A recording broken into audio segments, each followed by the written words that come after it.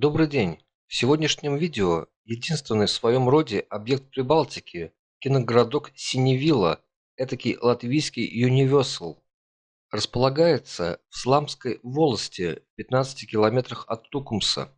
Все, что мы сейчас увидим, включая старинные здания, мощенные улицы, рыночную площадь, церковь, военную технику и так далее, всего лишь реквизиты, позволяющие заглянуть за кулисы съемочного процесса.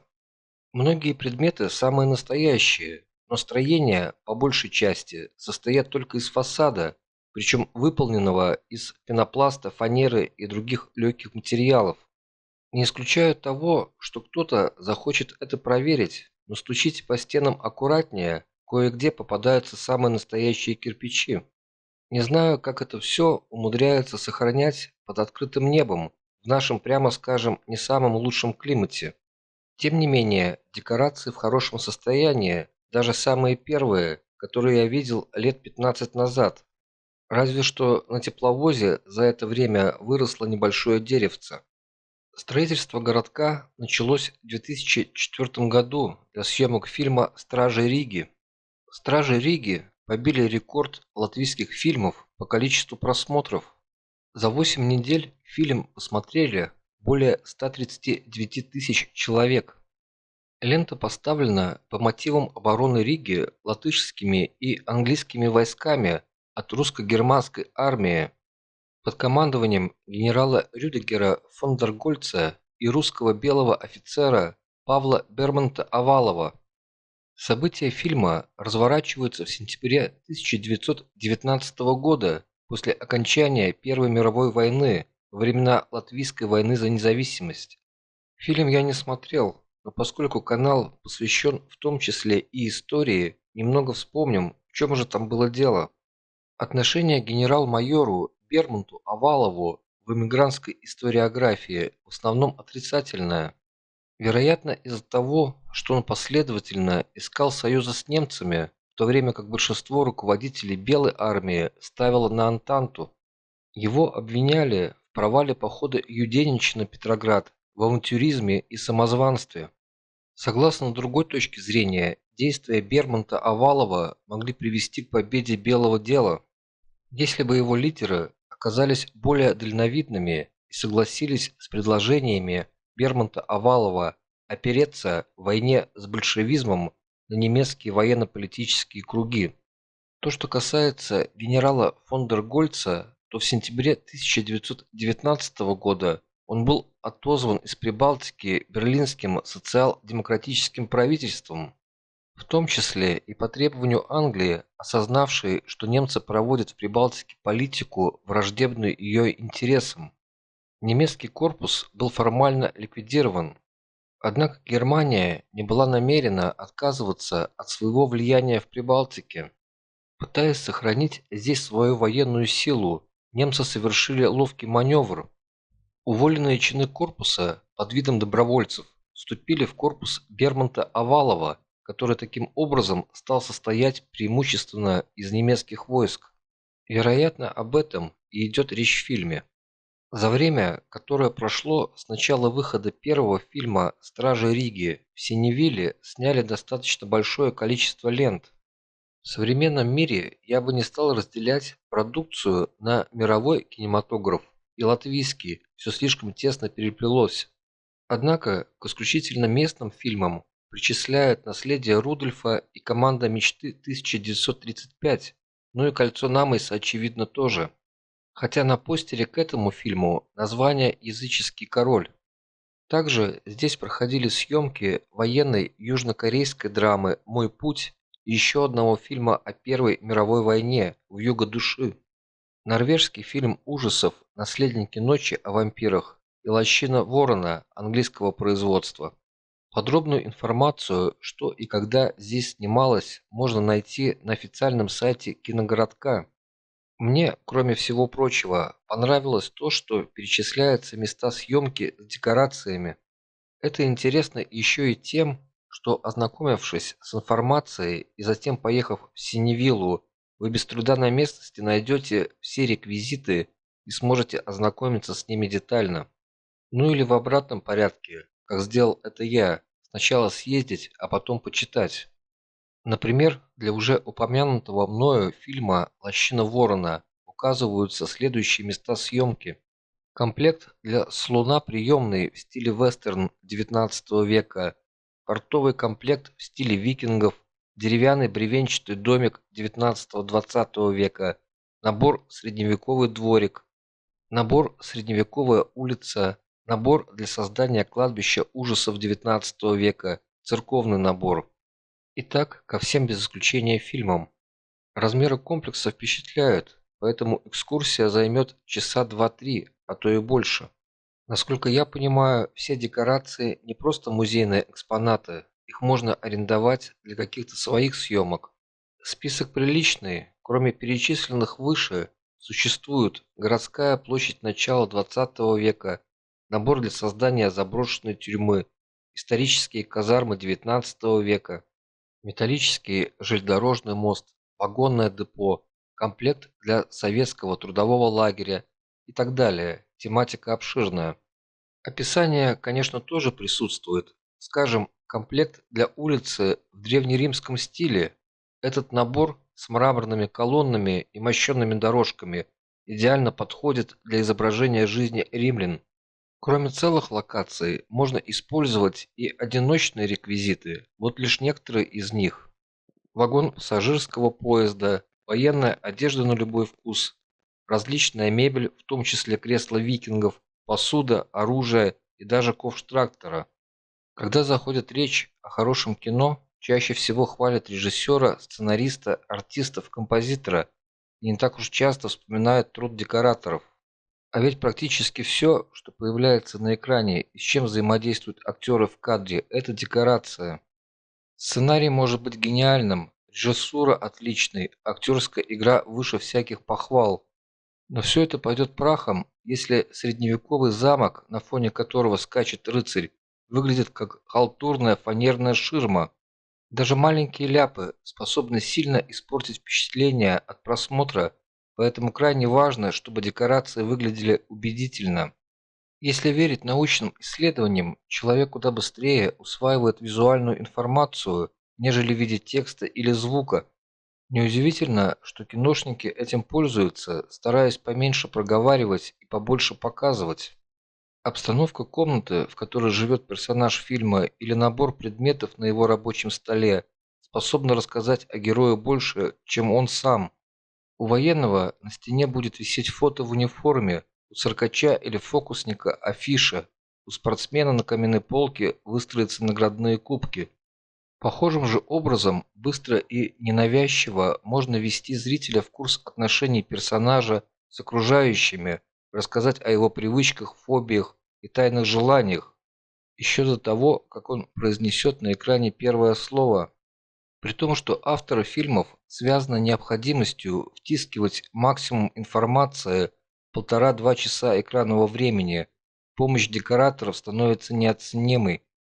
Учитывая, какими масштабными бывают кинопостановки, планирование и строительство декораций начинается за месяцы, а то и за годы до того, как актеры выйдут к камере. И художник-постановщик часто оказывается первым, кому дают прочитать готовый сценарий. Опираясь на описание сцен и локаций, данных автором, он дает примерную оценку того, сколько может стоить воплощение всей этой красоты на экране. Он же отмечает моменты, которые будет дешевле не обставлять реальными предметами, а создать на компьютере, то есть снять актеров на фоне синего экрана и позже подложить нарисованный фон. Так, например, была сделана короткая сцена в «Последнем самурае», в которой герой Тома Круза ненадолго появляется на улице Сан-Франциско конца XIX века. Зато для других сцен была построена с нуля целая японская деревня. В кадре она появлялась столько раз, что рисовать ее было, конечно, нецелесообразно, вышло бы долго и дорого. В киноиндустрии немало примеров того, когда зритель принимал реальные декорации за виртуальные. Например, это случилось с «Троянским конем» в фильме «Троя» 2004 года. Из-за своих внушительных размеров и досконально продуманных деталей он был воспринят зрителями как компьютерный. После того, как отчет художника-постановщика готов, продюсер уже может расписать общий бюджет проекта и заняться поисками финансирования для будущей ленты. Когда у фильма появляется режиссер, он встречается с художником-постановщиком и выслушивает его советы по поводу наилучшего и наиболее бюджетного, конечно, визуального решения, которое подошло бы картине.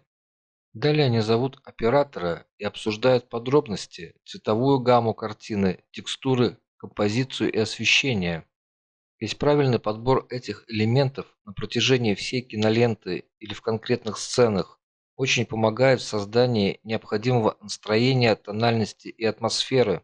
Художник-постановщик нанимает менеджера по локациям, и тот отправляется изучать доступную натуру и интерьеры, которые можно переоборудовать под нужды киношников или снять как есть. Все съемочные объекты, которые не удается найти в уже готовом или полуготовом виде, будут построены с нуля в павильоне или где-то на задворках студии, занимающейся производством кинокартины. Если речь идет о проекте, действие которого происходит в прошлом или будущем, крупные студии вкладываются в исследования. Например, нанимают людей для изучения старинной архитектуры, которые изучат гору картин, архивных фотографий и кинохроники, либо привлекают к работе футурологов и научно-технических экспертов. На основании полученной информации художники начнут рисовать концепт-арты, а скульпторы создавать уменьшенные макеты декораций, которые художник-постановщик в зависимости от договоренности с продюсером будет одобрять или забраковывать, дабы остаться в рамках бюджета. Следующий этап – найм арт-директора, который будет курировать работу команды чертежников, рисующих на компьютерах трехмерные чертежи спроектированных съемочных объектов. Также арт-директор будет искать специалистов, способных создавать убедительные копии раритетных и эксклюзивных предметов реквизита.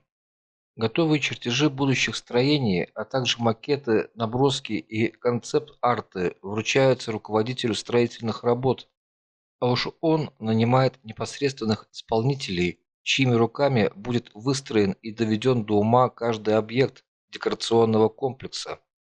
Плотников, штукатуров, маляров, монтажников, сварщиков и прочих людей, которые с помощью дерева, гвоздей и бетона построят все необходимое для фильма. Скульпторы тем временем ваяют из полистирола скалы, колонны, каменные блоки и прочие крупные предметы, которые получились бы слишком тяжелыми, если бы делались из древесины. Если у строителей получилось уложиться в отведенное время, соблюдя режиссерское видение и не обозлив продюсера превышением бюджета, значит декорация вышла во всех отношениях удачной. Естественно, съемочные объекты изначально проектируют так, чтобы ничто не мешало камере перемещаться внутри.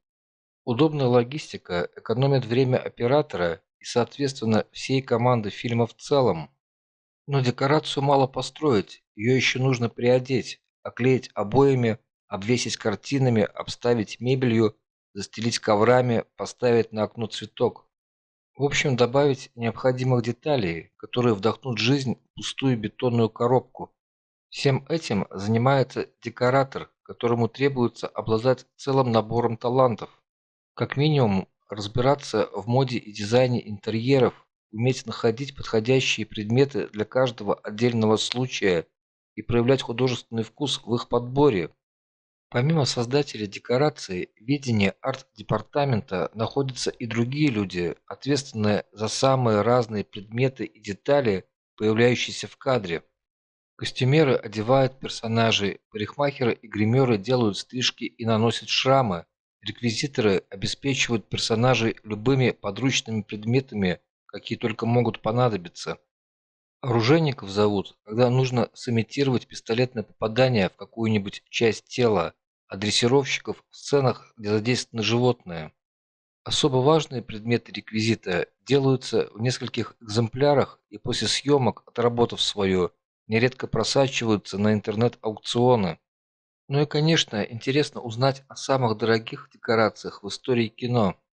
В этом смысле одной из самых затратных кинолент стал «Бен-Гур» 1959 года. Фильм о борьбе за справедливость, приходе Мессии и о коварных римлянах. Особенно впечатляет сцена гонки колесниц, на постройку которой ушла почти десятая часть бюджета. Декорации поражают колоссальным размахом и вполне оправдывают свою стоимость произведенным впечатлением. Художники воссоздали с тщательностью и римские кварталы, и палестинские виллы, как итог 11 Оскаров. Также не экономили деньги на советском ответе Голливуду эпопеи «Война и мир» Сергея Бондарчука. Восьмичасовое широкоформатное чудо обошлось плановой экономике по 1 миллиону рублей в час. Сложно даже представить себе стоимость такого фильма за рубежом, если учитывать, что многое делалось в приказном порядке при относительно мизерных зарплатах советских звезд.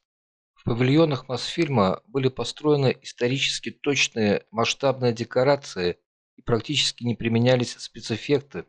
Стоимость таких съемок оценивается около 100 миллионов долларов по курсу 1965 года.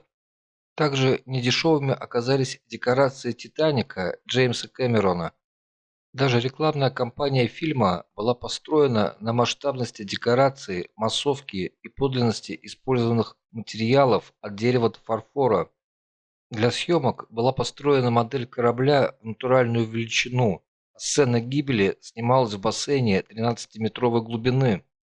Но «Титаник» хотя бы окупился, чего не скажешь о фильме «Нетерпимость» 1916 года режиссера Дэвида Гриффита. О масштабности ленты говорит следующее. В некоторых сценах было задействовано до 3500 статистов, а выстроенные декорации впоследствии стали жилыми домами. Ну и, конечно, одни из самых дорогих декораций во «Властелине колец». Режиссер Питер Джексон считал неубедительными компьютерные здания и ландшафты, и при каждой возможности строил настоящие декорации и использовал макеты в максимальную величину. Самым дорогим проектом признается «Клеопатра» 1963 года. Только на съемки ушло более 4 лет. На киностудии были выстроены Александрийский храм и Римский форум, а на побережье Средиземного моря большой порт Древнего Египта. В сцене приезда Клеопатры в Рим впечатляет построенная декораторами громадная площадь, вмещающая 6000 человек массовки. С тех пор никто не строил таких гигантских и детальных декораций, памятуя, что Клеопатра смогла окупиться только через несколько лет. И, пожалуй, это все, что я хотел рассказать об этом месте, да и данной тематике в целом. Не забывайте поддерживать канал своими комментариями и подпиской. И если видео вам понравилось, не забудьте поставить лайк. Благодарю за внимание и до новых встреч!